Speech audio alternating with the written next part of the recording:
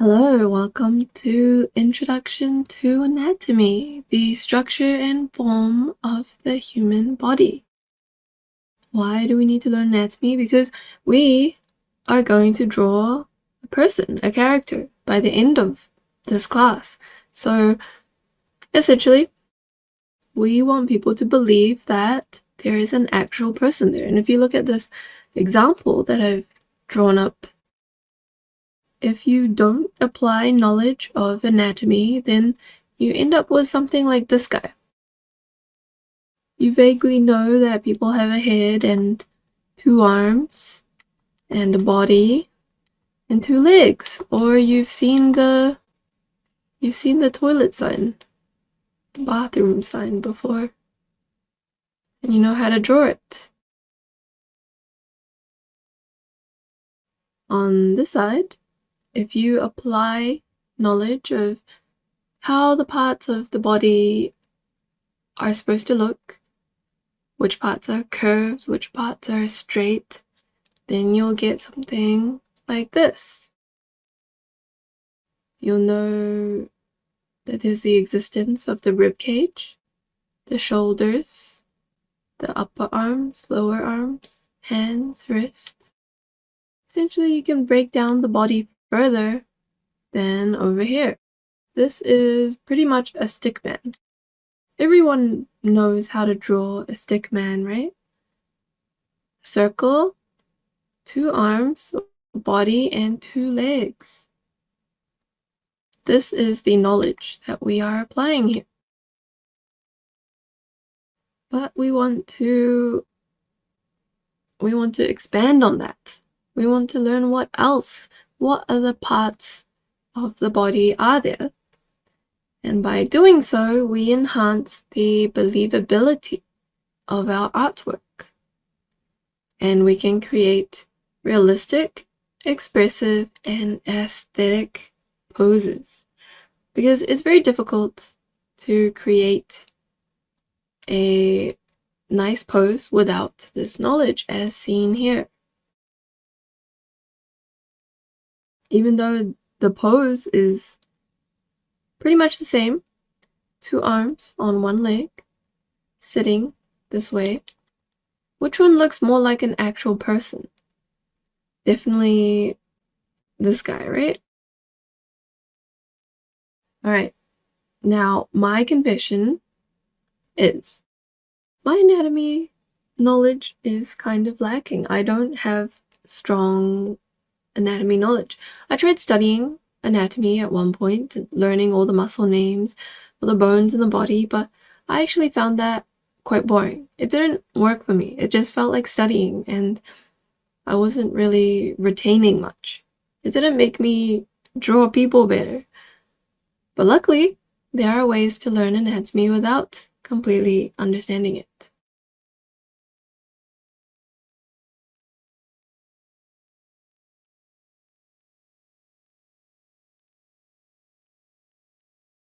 So here is the anatomy level chart, just to let you guys kind of place yourselves on here. To complete our goal of drawing an original character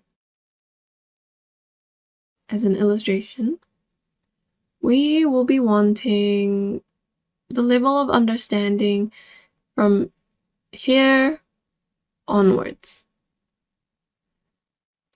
So this is the bubble man from before, and this is the stick figure.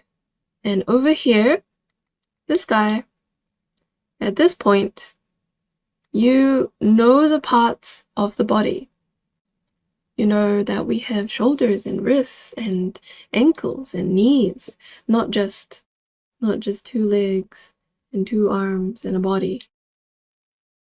But maybe you don't exactly know how to draw them well. You know they exist, but you don't completely understand their shape and their form. But you know that they're there, and perhaps you're struggling with proportions a little bit, so you don't know how big to draw each part. And perspective eludes you. How do you make the body pose in such a manner? that it makes sense. I would suspect that a lot of you who are taking this class probably fall somewhere from in between this guy onwards. Somewhere here. The suggestions that I'm going to make are hopefully going to allow you to reach this stage, no matter where you're starting from. Unfortunately, if you find yourself somewhere around here, then I will need you to examine yourself, examine your body a little bit, and just get to know what parts exist on the body. And remember them. What I mean by that is something like this. Because the body is so complex, we can break it down into the main parts that we can move around. This is actually kind of similar to the controls that you'll get if you're using a 3D model. These are generally the parts that you can rotate and transform and move around.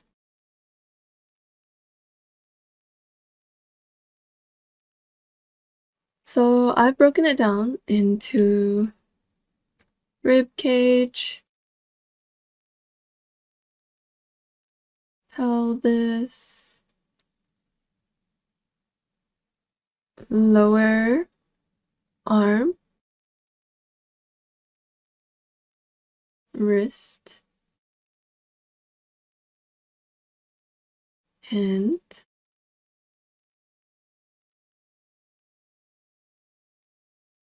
upper arm, elbow, shoulder,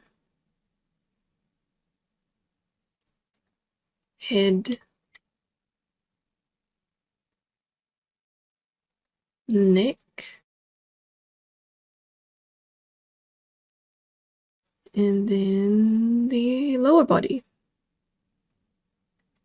thighs, knees. What are these called?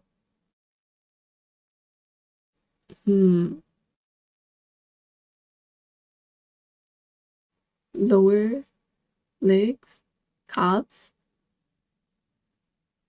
lower leg, and feet. I have totally forgotten the ankles. Let me draw some in right now. But yeah, essentially these are the main points of interest that you really want to get to know. And I don't think it's very difficult. It's kind of, these are all the parts that you kind of learn when you're a kid, right? In kindergarten. These are the basics.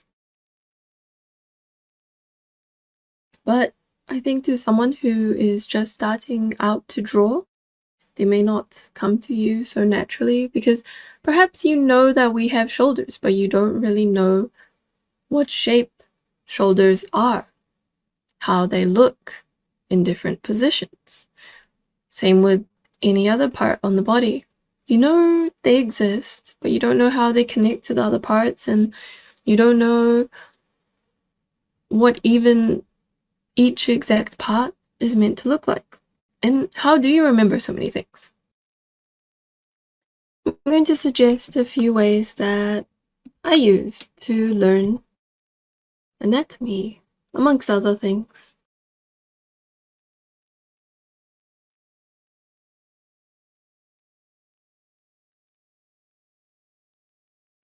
So, one main way, very obvious, is you reference.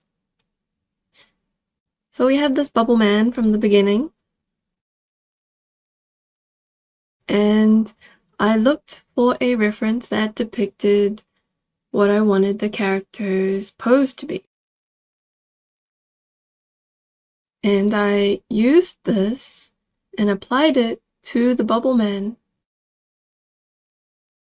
I'd say that this photo isn't the exact same pose as the Bubble Man, so it is a little adjusted so that it's kind of halfway between the Bubble Man and my reference. This can fix up your current illustration really easily. But without anatomy knowledge, if you don't have any prior anatomy knowledge, say your only knowledge is this Bubble Man, but you have really good observation skills and have really great pin-eye coordination so that you can apply what you see to here. Then in that case, you have to look for the perfect pose, the one that exactly describes what you want to draw. However, if you do have some more existing anatomy knowledge, then you have more flexibility. You can look at this pose, but you can still draw the leg, for example, the way that the Bubble Man had it. Because you can see that this picture still is a great thigh reference.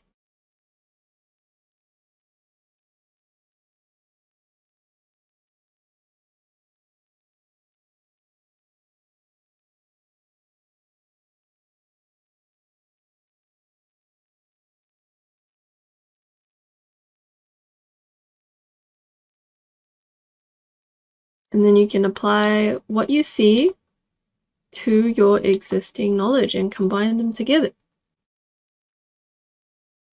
allowing you to draw a greater range of poses through that combined effort of anatomy knowledge and reference.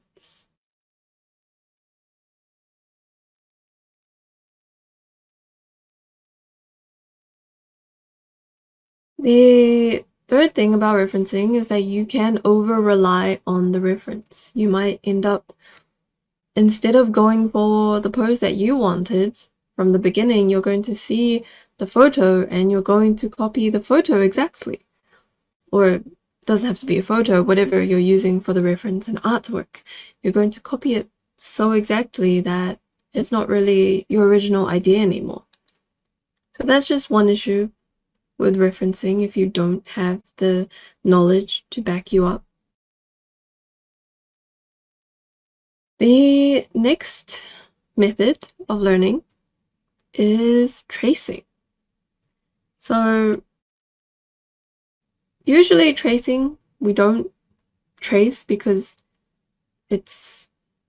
you're kind of just using someone else's creation, finding a shortcut to get to the result. And there's less kind of creative input from you into the artwork. Less of the final result is actually choices that you've made. It's more so choices that someone else has made. But tracing can actually be a great way of learning. So say you don't really know how bodies work and drawing from a photo is still so difficult. Well, when you trace, you can't just trace it and zone out and just, oh, that's an edge, I'm going to draw a line there. You need to think. You need to observe and think. What are you drawing? Oh, this is the shoulder. What kind of line does it make in the current pose? What kind of position creates this effect?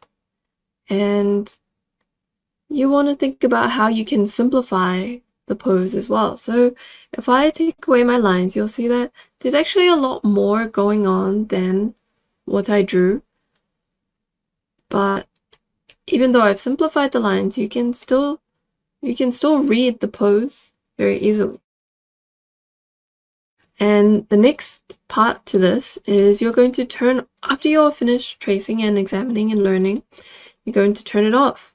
And you're going to draw it from memory, applying the things that you learned from tracing the reference.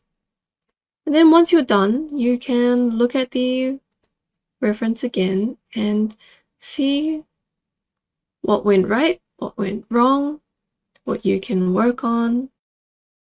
And this will help you train your visual memory for the shapes and forms.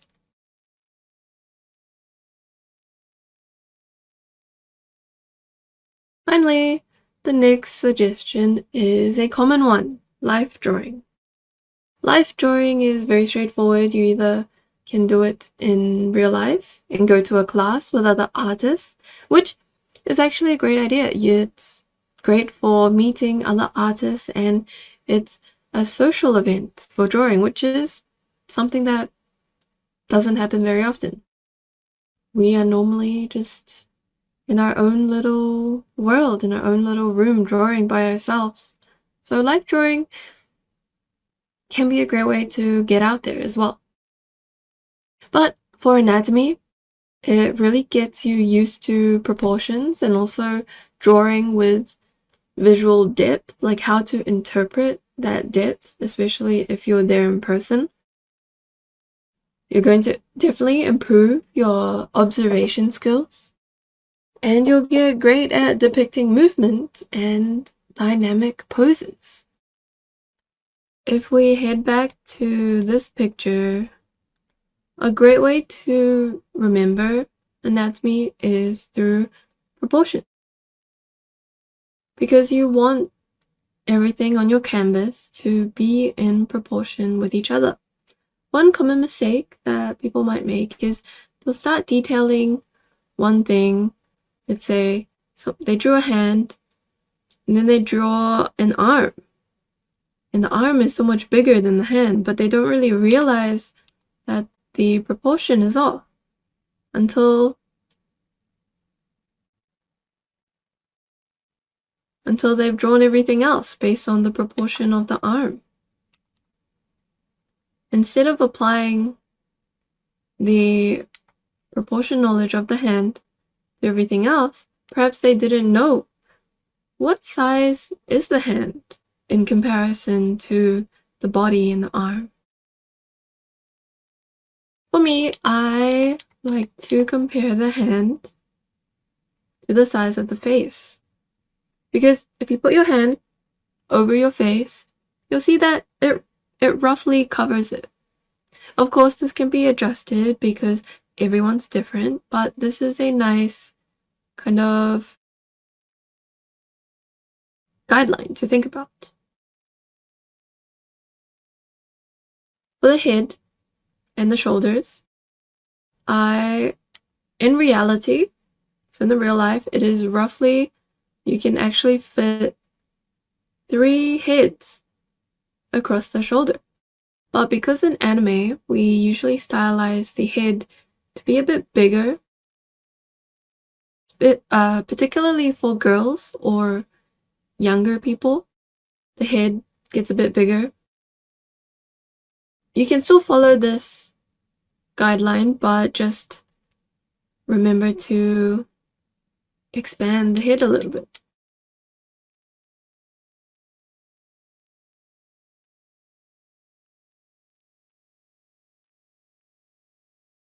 The body can also be divided in half at the bottom of the pelvis, or at the beginning of the thigh. So this length from the head to the bottom of the body, and from the top of the thigh to the bottom of the foot, these are roughly the same length. I also like to remember that the bottom of the elbow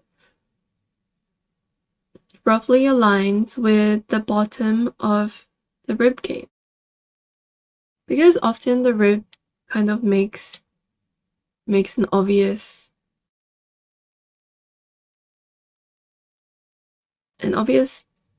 kind of bump before it leads off inwards. So if we think about the rib cage, I don't even know what a rib cage looks like. Something like this. It goes in at some point, and then the only hard thing is the spine. Then you have the pelvis. So the rib cage often creates a little bump, which is why I like to know where that is in relation to the elbow. Since if you want to draw the elbow in different positions, for example, if the elbow is right next to the body, but you want the lower arm to be up, doing something, holding something, then you want to know where the elbow is supposed to be. But the thing with when the arm goes up is that if you're going to hold something next to your shoulder, your elbow doesn't actually stay in the spot. If we see someone in the side view,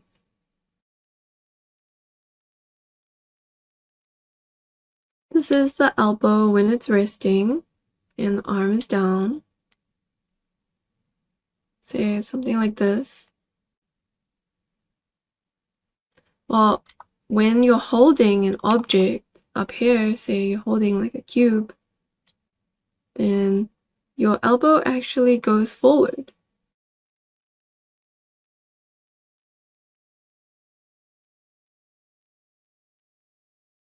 And because it goes forward, it actually elevates a little bit from where it was by the side.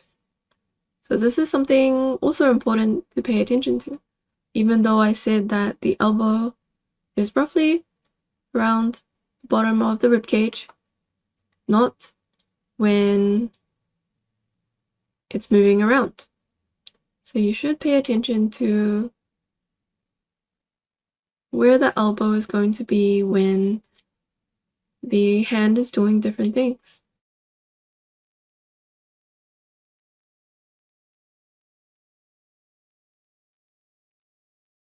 After that, there are some other there's some other comparisons that can be made. I've heard that the foot is actually a very similar size to the lower arm. Well, since the foot is currently facing us, I mean to say the foot when it's in the side view is roughly this length, is roughly the same as this length. But really, you can also just kind of, when it comes to the feet, you can also kind of just eye it out. You probably have the rest of the body out there already, so you can just draw in the foot shape and feel what is right. And you practice getting the feeling of drawing the right shapes and the right sizes. It's just like when you first start to drive. I remember when I first started to drive, I kept looking at what speed I was going. But now when I'm driving, you can kind of just feel that you're driving at the correct speed limit. That's the same for drawing. Or perhaps I shouldn't have used driving as an example. The bike analogy works as well. You kind of just feel how to balance on a bike. Well, you can practice that in art as well.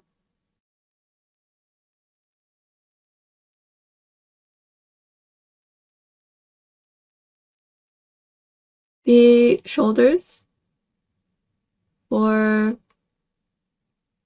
usually wider than the hips because of the addition of the shoulders next to the rib cage.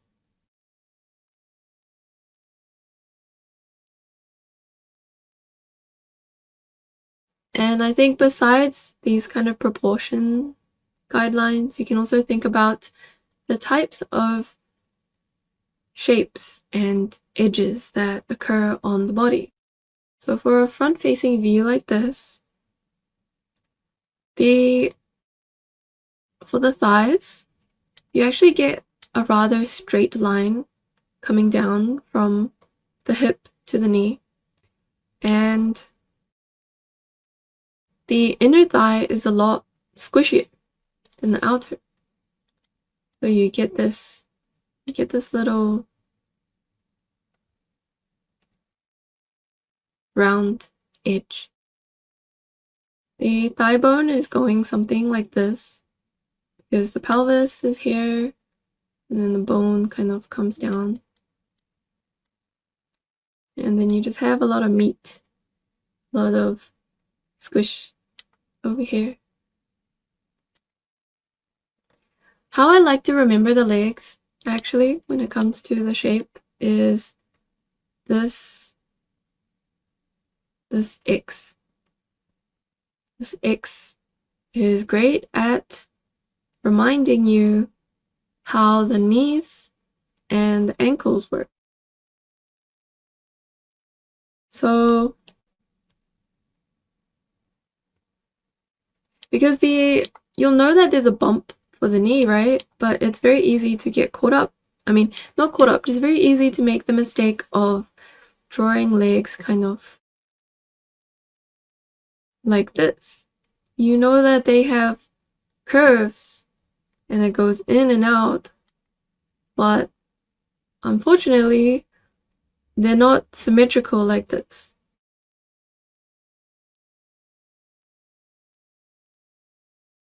They are slanted. So the inside bump of the knee is actually lower than this outside. The outside is not really a bump.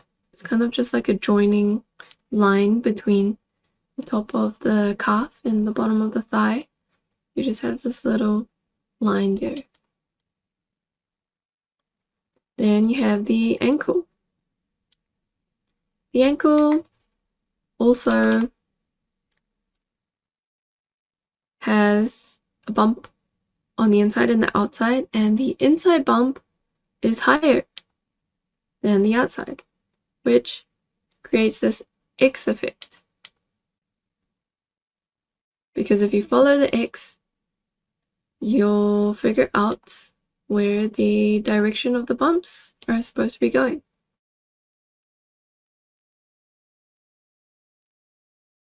As for the calves, the inside from the front view, the inside is it's still round, but it's a lot straighter than the outside one.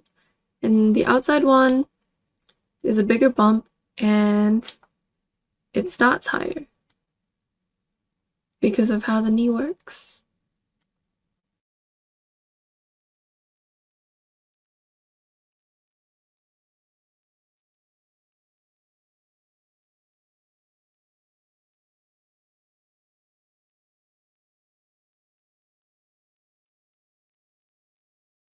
All these little notes about the body in regards to how the shapes change and look from different views in relation to each other. These are the things that you want to be noticing when you're doing any of the exercises that I mentioned, such as life drawing, tracing, and applying references. These are what you want to pay attention to.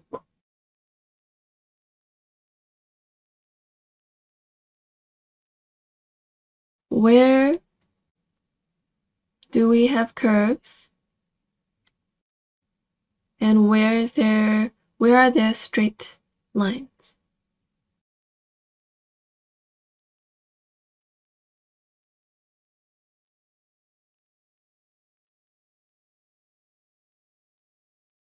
It's really important to practice confidence with your lines as well, because it makes a huge difference in the final artwork.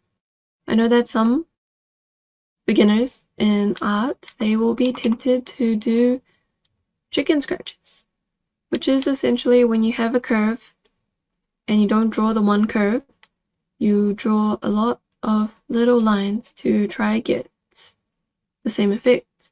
But actually this can make your line look fuzzy, or it looks like you're implying fuzziness. And it just doesn't look as smooth or aesthetically pleasing as one straight line. It doesn't convey the same motion or effect.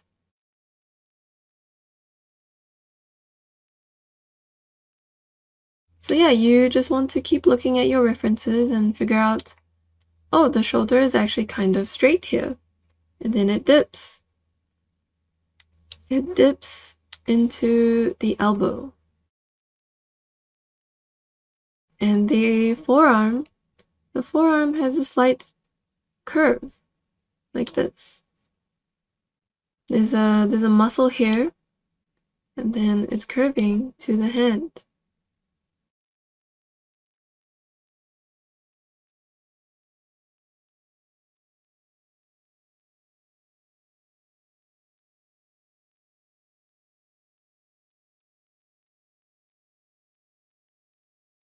This is how the shoulder connects the arm to the rest of the body. This is how the collarbones look when the head is turned to the left. You just want to make note of all these things. You don't need to remember everything, but even just by thinking about it, analyzing, and drawing it, you get used to this. You're training yourself to remember all these little parts of the body.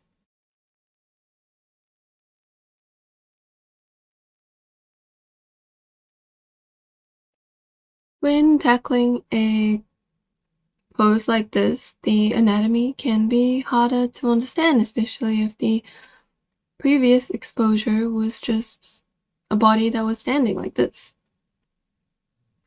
So to break it down, I will first kind of try to break it down into a shape first. This kind of shape stands out the most to me. And then I'm going to use this shape to reference all the other parts.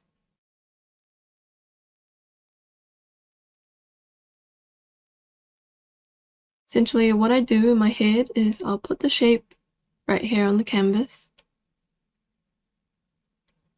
And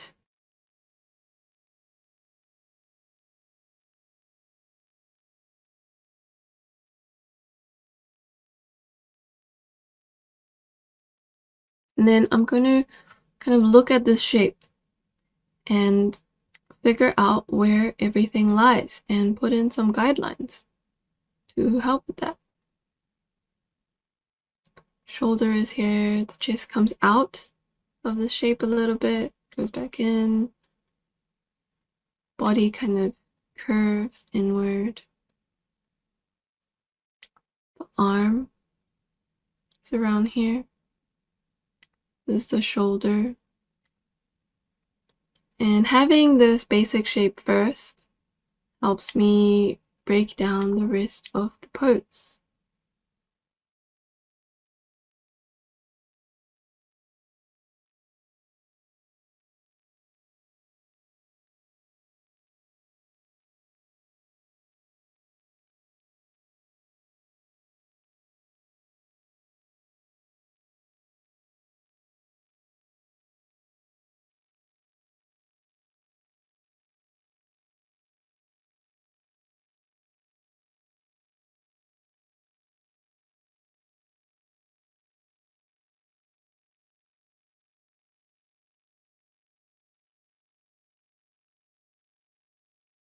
And when I'm drawing, I still pay a lot of attention to those major parts that I listed, because a lot of these parts are where you'll find that you need to clarify overlapping So like here, to show that this part of the leg is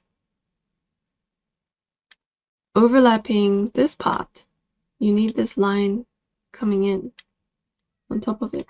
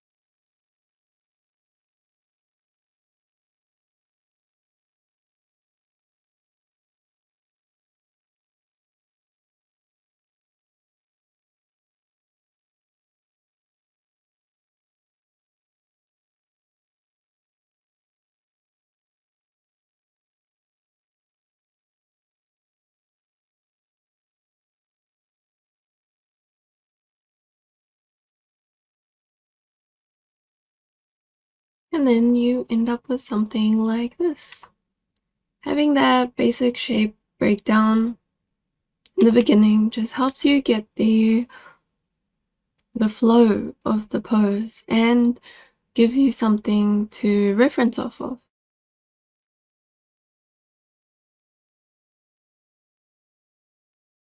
The other reference that you can always use as well is the edge of the canvas. You basically just compare everything to the edge. If you give this an edge as well, you can compare the ratios. This ratio, are they the same? And to figure out where things start and where things stop. How far down the canvas does the head start? These kind of things can all help you capture the pose correctly.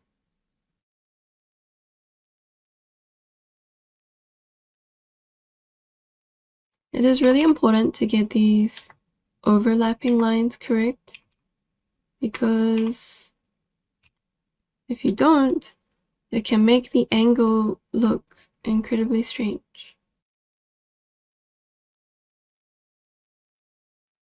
If this line is in front instead, it instantly makes this elbow and upper arm look incorrect, because that's just not the way that the upper arm is going to overlap onto the lower arm. And it is just so incredibly obvious for anyone who is looking at the artwork, which is why it's really important to get these little lines in the right places. Even though they're so tiny, they make a huge impact on the viewer experience. It makes it look as if the thigh is this way, but the lower leg almost looks like it's coming towards the camera. It's almost like an optical illusion. Don't know if that makes sense. So it's as if the lower leg is in front of the knee and thigh somehow. But at this angle, the thigh needs to be in front. And this small line seems insignificant, but gives a lot of information about what's going on with the shapes of the body.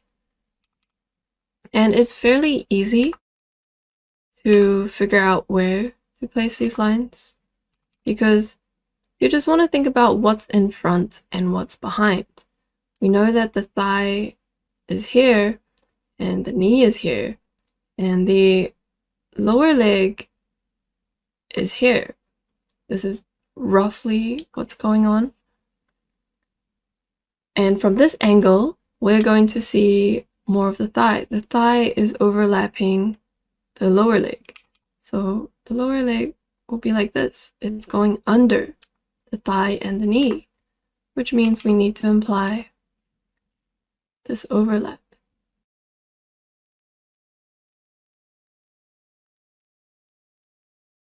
Same with the upper arm. The shoulder is in front of the body, and that's why this line stretches up here. Because from this angle you can see part of her back.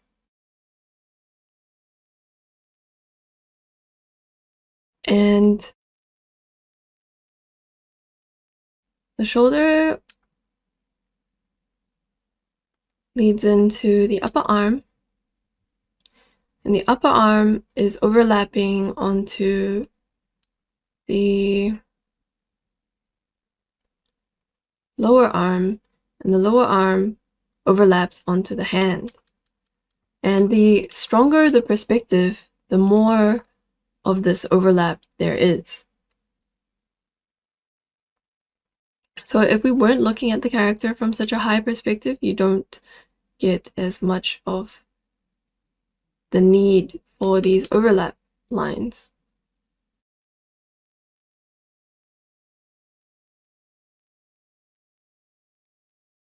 Because there's not as much overlapping going on. We're kind of just seeing all the shapes next to each other. But once we go into this kind of angle, shoulder is overlapping the upper arm, which is overlapping the lower arm, which is overlapping the hand.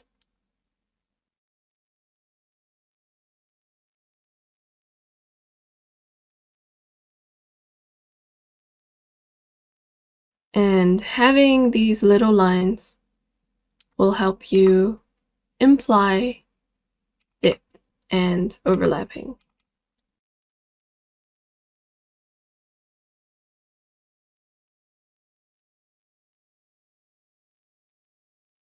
It's almost like you're drawing the entire shape that is being overlapped, but you just get rid of some of these extra lines.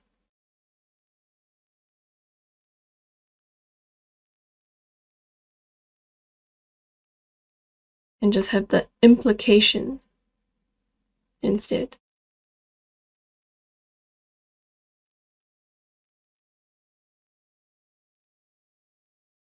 I wanted to touch on hands a little bit as well because they are kind of complicated.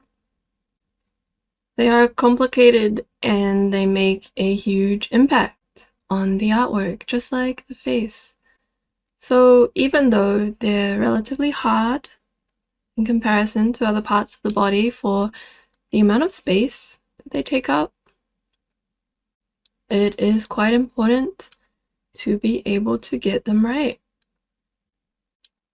I tend to break them down into a few parts.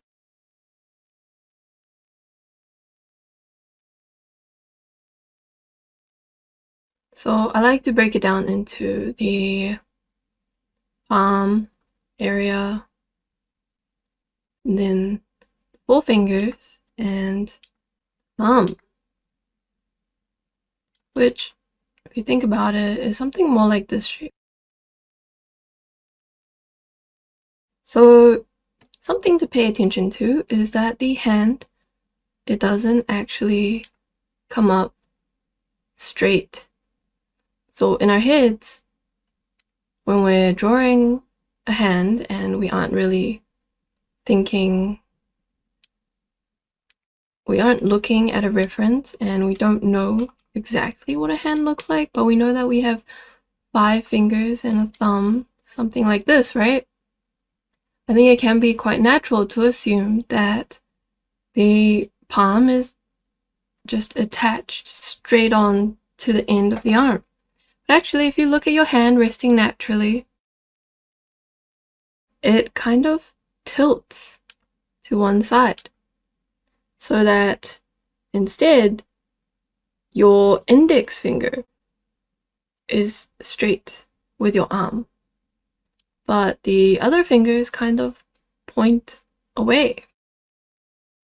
Whereas in this example, or the example of a hand from imagination with not much anatomy knowledge, we assume that all the fingers are just coming out from the arm because why not?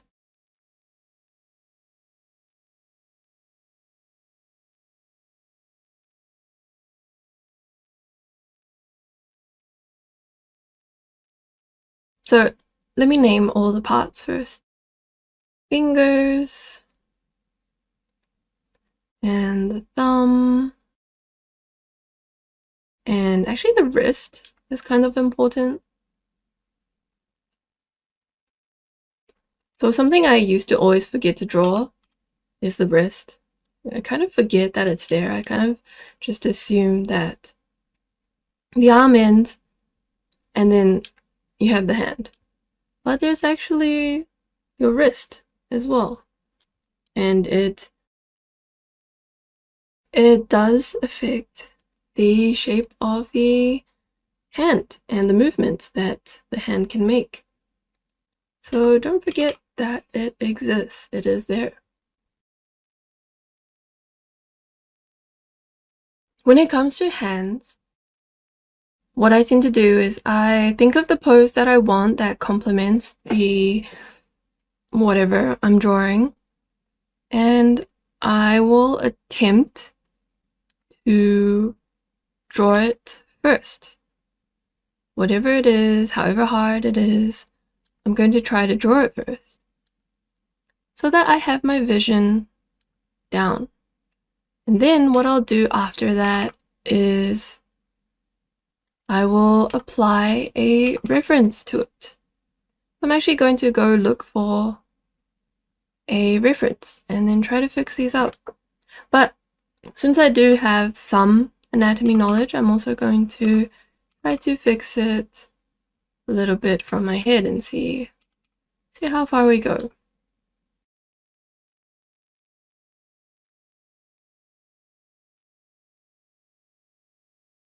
Sometimes you don't need the hand to be perfect, you just need it to serve its purpose in the artwork.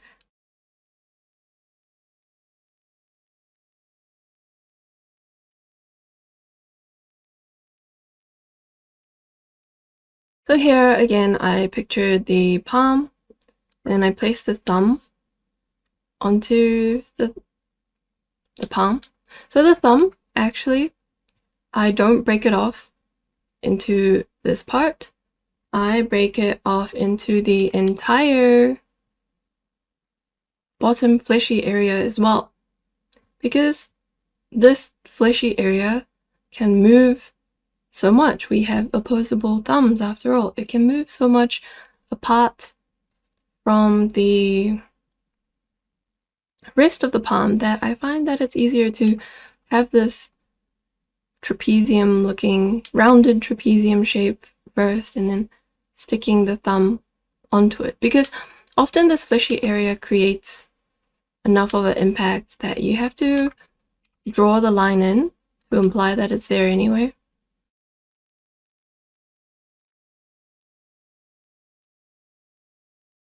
Other things to remember are the fingers are slanted. So this area is actually a curve. The top of the palm is a curve, and so the starting point of the fingers are all slightly different, as opposed to here where I've just drawn it straight across, assuming that the palm is just a square. But unfortunately, it is not.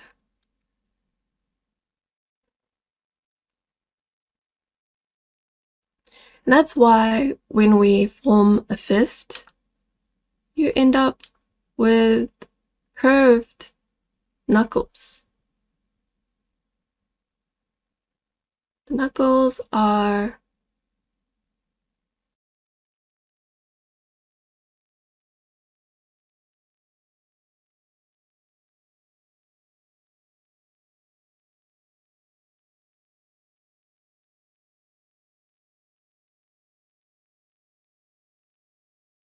curving down slightly, creating this shape, instead of just being like a cube. They're not straight. You have to add that curve in to make it look more natural.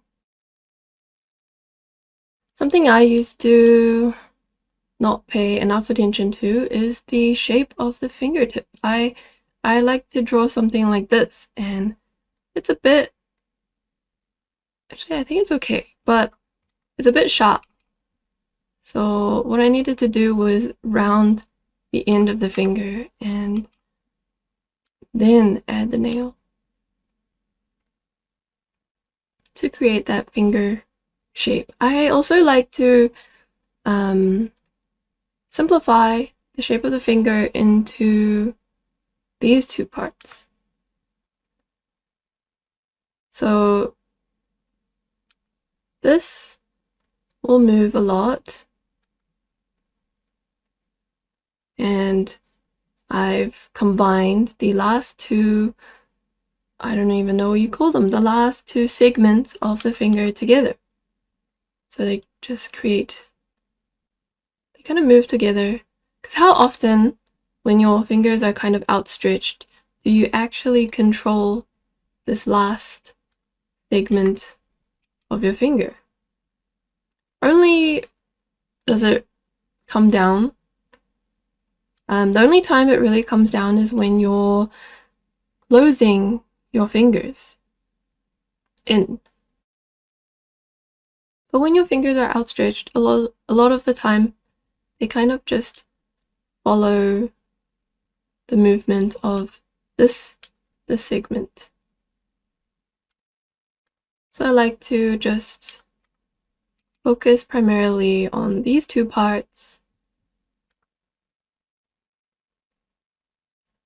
instead of breaking it down into three for most poses. When it comes to the side view of the hand, you need to remember that this part of the palm, it also often comes out a bit because the most inner part of your palm, it dips inward as if you're holding a little orange in your hand. It creates that rounded curve in the middle of your palm, and so the flesh of your palm here often creates a little crease that can be noticeable. You also want to remember that the thumb is actually higher than this side. So if you notice over here, this part, the thumb is actually higher. So when you're drawing it higher, so when you're drawing it on a side view, you want to remember to make that noticeable. Often you can also see a bit of the, I don't know what you call it, there's just a line where the wrist is coming down. But it's kind of optional whether you want to include that or not, but just know that that is what it is. At the base of the palm, sometimes you get that line. And then when I want to draw the rest of the fingers, I will think about the position on the top of the palm. Usually I tend to merge the inner two fingers together because I think it looks kind of nice to have them together. You don't have to always have them together, but I often choose to.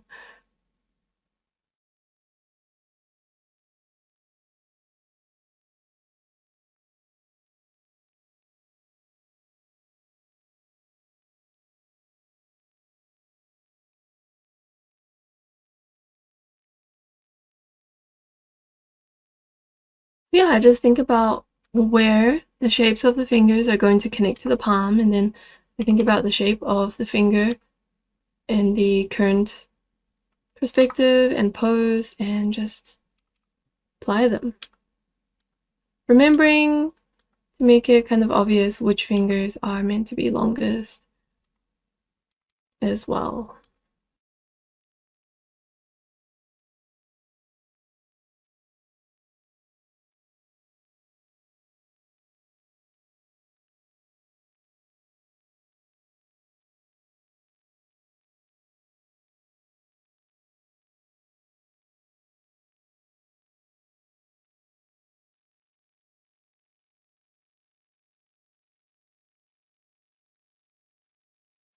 This looks like a not too great hand. So I'm going to look at my own hand and try to fix this up a little. The wrist should really be a little higher over here. And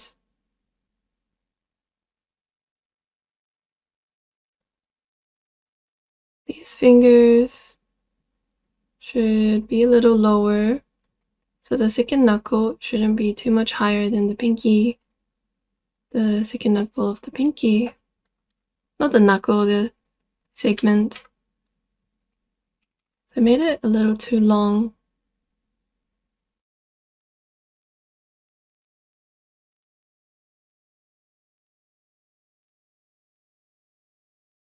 I'm gonna move this sketch away so that I can see what I'm doing.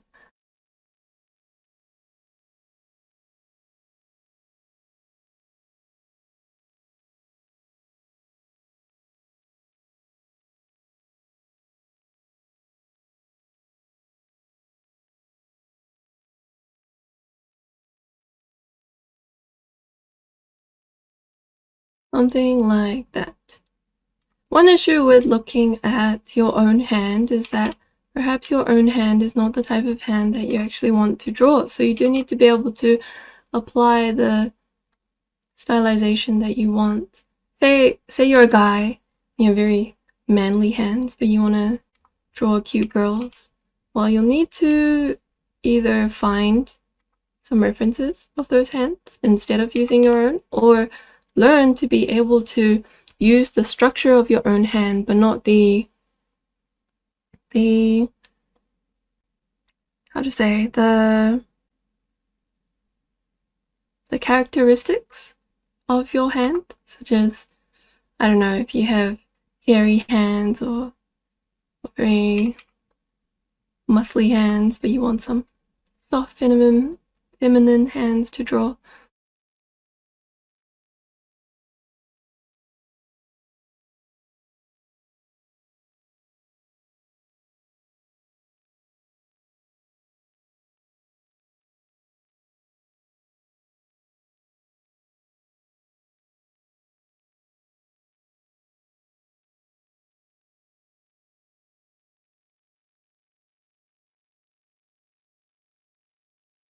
My hands, I have kind of short fingers. They're not too long compared to, well, they're kind of normal, but they're not long compared to the hands you'll see on anime characters. A lot of anime characters, people like to exaggerate the length of everything to make them look more long and model-like and elegant.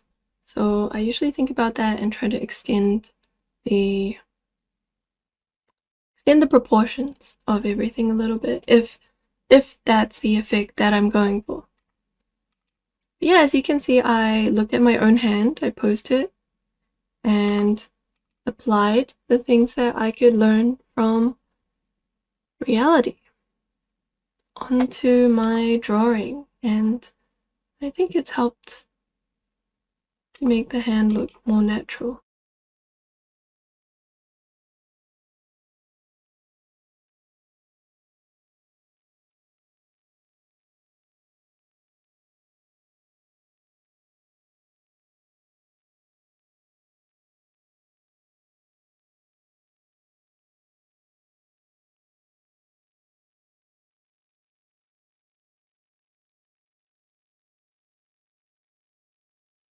Okay, I hope that these tips helped. They are more so, especially when it came to the hands and body, they're more so tips that I think about when I'm drawing hands and the body. They're not the truth. It's not the only way that you can think about hands, and I might even have some details wrong, but this is how I achieve the effect of hands in my own artwork. Here are the exercises for anatomy.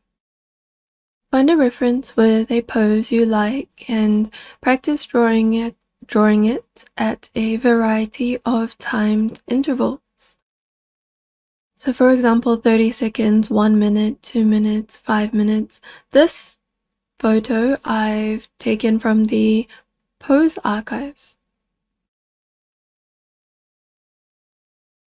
Life drawing is going to help you better understand anatomy, proportions, and muscle structures, and it's also going to help you with your muscle memory, your fine motor skills, and just your intuition for what shapes feel right and what feels wrong.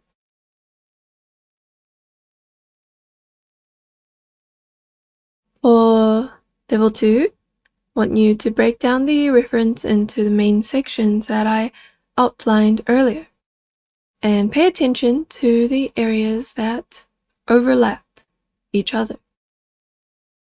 So I've done a little example here. You can see that the knee overlaps both the thigh and the lower leg. And on the image, you can see that it creates lines indicating the knee, especially at this pose, because the kneecap is so visible when the skin is stretched like this.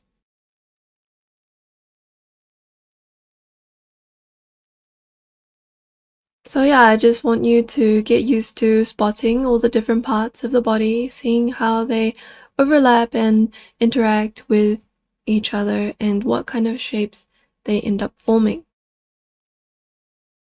For this, I used the Select Fill tool, and I just put each different part on a separate layer so that I can layer them easily. The next task, level 3, trace the photo and remember as many details as you can, because I then want you to redraw it from memory. This is going to train your memory for anatomy, help you remember all the different parts of the body and how they connect to each other and the shapes that they form. Okay? Good luck with the tasks, and I hope that they will help you better understand anatomy. I hope you enjoyed the lesson. I will see you guys in the next one. Bye!